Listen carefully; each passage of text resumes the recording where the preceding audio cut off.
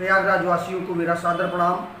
जैसा कि कल मैंने मीटिंग किया था, उस मीटिंग के दौरान लोगों को बताया कि गृह कर 35% जो बढ़ाया गया है वो गलत तरीके से बढ़ाया गया है। आज पुनः मैं आप लोगों को कुछ ऐसी महत्वपूर्ण जानकारियां दूंगा कि जिसको आप जान करके आप लोगों के होश उड़ जाएंगे कि ऐसा क्यों किया गया है। 35% एकाएक क्यों बढ़ाया गया। वैसे मैं इसके प्रति जो लोग कल आए हुए थे उनसे मैंने आग्रह भी किया था कि आप लोग अपने अपने मोहल्ले में हस्ताक्षर अभियान चालू करें इसके विरोध में।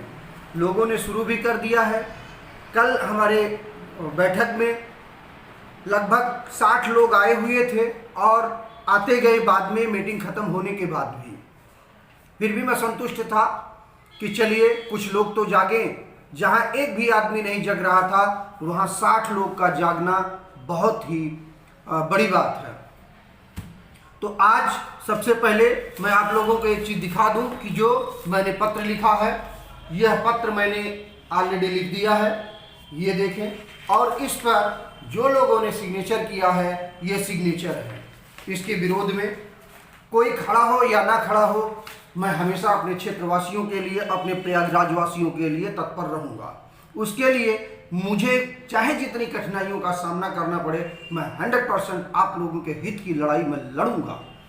तो आज आप लोगों ने देखा, मैंने बताया कि 35% क्यों बढ़ाया गया है। तो इन्होंने बताया है, रीजन क्या बताया है आप लोग गौर से सुनिएगा, क्योंकि मैं वैसे नहीं बता रहा हूं मौखिक, अपनी तरफ से ये पेपर का प्रूफ है। मैं इस प्रूफ के अनुसार आप लोगों को बताऊंगा।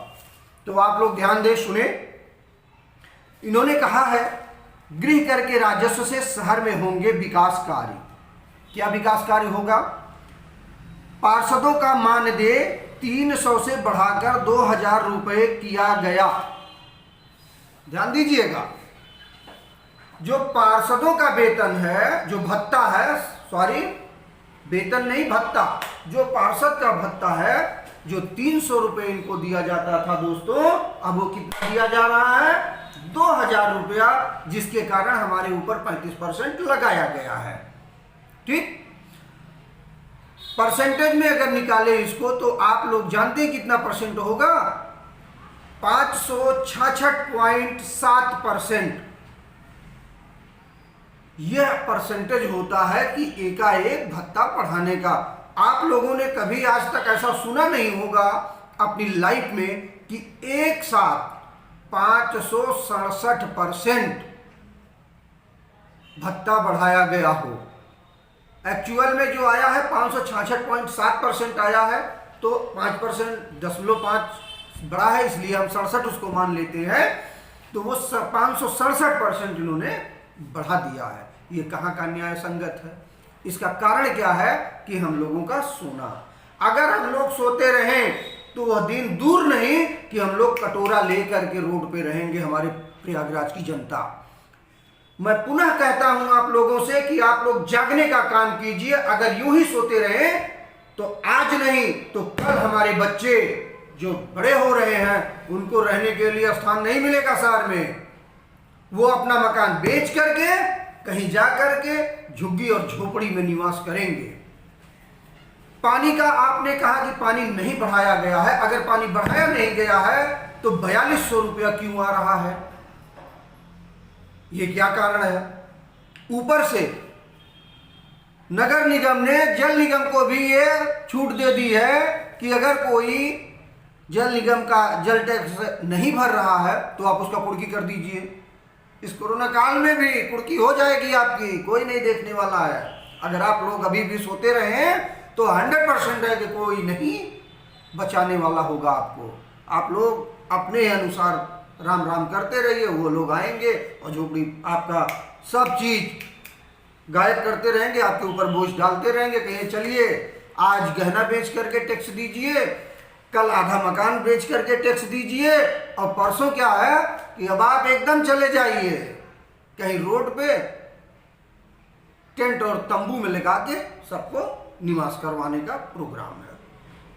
मैं अपने महापौर महोदय से निवेदन करता हूं कि जिस प्रकार आपने 75% से 35% की है। आपकी जो महिमा है, मैं दिल की बात बताता हूँ कि आपके लिए मेरे अंदर बहुत ही आपका सम्मान है।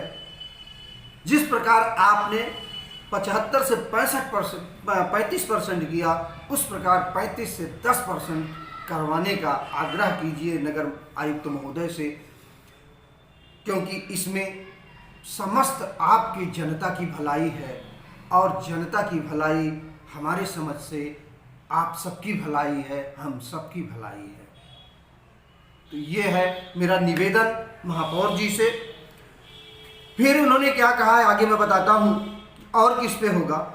जो आप लोग जन्म मृत्यु प्रमाण पत्र नगर निगम के अपने नज़दीकी ब्रांच से करा लेते थे, अब वहाँ से आपको नहीं बनाना, आपको हेड ऑफिस जाना पड़ेगा तभी आपका बनेगा। अब आप भूल जाइए। यहाँ सभी चौराहों पर पूर्व की तरह महापौर, पार्षद, अधिकारी, कर्मचारियों के लगेंगे बोर्ड। आगे दैवीय आपदा के लिए नगर निगम के बजट में 1 करोड़ का प्रावधान किया गया। अच्छी बात है, ये बहुत अच्छी बात है कि आप दैवीय आपदा के लिए 1 करोड़ का बजट किया गया, बहुत अच्छी बात है। पीडीए आवास विकास में नगर निगम को हस्तांतरित कॉलोनियों में व्यय की स्वीकृति पार्षद देंगे। ये भी पार्षद का अधिकार है, ये होना चाहिए, ये खुशी की बात है, क्योंकि वहां की देखरेख प्रतिनिधित्व जो है पार्षद ही करता है, तो ये पार्षद में सम्मिलित होना चाहिए। ये किया गया, अच्छा हुआ है मेरे हिसाब से। बिना अनुमति टेलीकॉम कंपनियों की ओर से गड्ढे खोदने पर लगेगा जुर्माना। भैया अगर ऐसा कर दिया गया है तो यहीं पर मैंने फेसबुक पे परसों दिखाया था कि रात में टेलीकॉम कंपनियों ने यहां गड्ढा खोदा नीमसराय कॉलोनी में। पूरा घर के आगे गेस्ट हाउस बन रहा है, उस गेट के सामने, और उससे पानी का पाइपलाइन फटा, 2 दिन डिस्टर्ब रहा पूरा क्षेत्र। तो उस पर सबसे पहले उस पर जुर्माना लगाया जाए। और संभवतः है कि यहाँ के एक्सीएन महोदय को मालूम है कि कौन सी कंपनी यहाँ खुदाई कर रही है, तो इस पर विशेष ध्यान दें। आगे पानी की बर्बादी पर कम करने के लिए 5 करोड़ 89 लाख रुपए का प्रावधान किया गया है। ये क्या, किस सिस्टम से, ये हमें मालूम नहीं, पेपर में जो है वो आपको बता दे रहे हैं हम। तो यह आपके और नगर निगम और जल कल अब जेम पोर्टल से लेगा किराए की गाड़ियां। जो किराए की गाड़ियां नगर निगम और जल निगम आम पब्लिक से ले लेती थी, वो खत्म हो गया है। वो अब जेम पोर्टल के माध्यम से जो बड़े ठेकेदार होंगे उन्हीं को ये लाभ मिलेगा। जो यहाँ के छोटे ठेकेदार थे, जो ऐसा अपना जीवन यापन कर रहे थे, उनके लिए रास्ता बंद कर दिया गया है। तो ये चीज आप लोगों ने देखा। और इसके साथ नगर निगम कार्यकारिणी की बैठक हुआ फैसला, मैं नहीं लिखा इसलिए मैं बोल नहीं रहा हूं। बैठक हुआ फैसला, अगले वित्तीय वर्ष में दाखिल खारिज के लिए 500 रुपये देने होंगे। अर्थात ये 500 रुपये का बोझ आपके ऊपर और बढ़ा दिया गया है। तो आप लोग अब क्या चाहते हैं? अगर मेरा फिर वही कहना है कि अगर आप लोग नहीं जागे तो यह बोझ आपके ऊपर डाला ही जाएगा, इसको कोई कम नहीं करा पाएगा। अगर आप लोग जागेंगे नहीं, अपनी आवाज बुलंद नहीं करेंगे, अपने हक के खिलाफ आप लड़ाई नहीं लड़ेंगे। लड़ाई का ये मतलब नहीं कि आप लाठी लेकर के जाएं, लड़ाई का मतलब है कि आप लिखित रूप में उसका विरोध करें। मैं ये नहीं कहता हूं कि कोई रोड पे निकल करके इसका विरोध करे, क्योंकि रोड पे निकलने के बाद हमारी ही जनता परेशान होती है। बिल्कुल नहीं रोड पे निकल करके विरोध करना है। आप अपने मोहल्ले में, अपने आसपास के हर घरों से पत्र तैयार करवाइए, हस्ताक्षर अभियान करवाइए। पत्र तो मैंने तैयार ही कर लिया है, लेकिन इस पत्र के साथ जो हस्ताक्षर लगेंगे विरोध में, वो महत्वपूर्ण है, क्योंकि मैं नगर विकास मंत्री महोदय को अभी पहला पत्र देने जा रहा हूं, जो कल रजिस्ट्री हो जाएगी। इसके बाद अगर यहां से नहीं मान्य होता है तो मैं केंद्र स्तर पर भी जाऊंगा। इसके बाद अगर वहाँ से भी नहीं होता है तो मेरे लिए कोर्ट का दरवाज़ा खुला है, हम लोग कोर्ट में चलेंगे।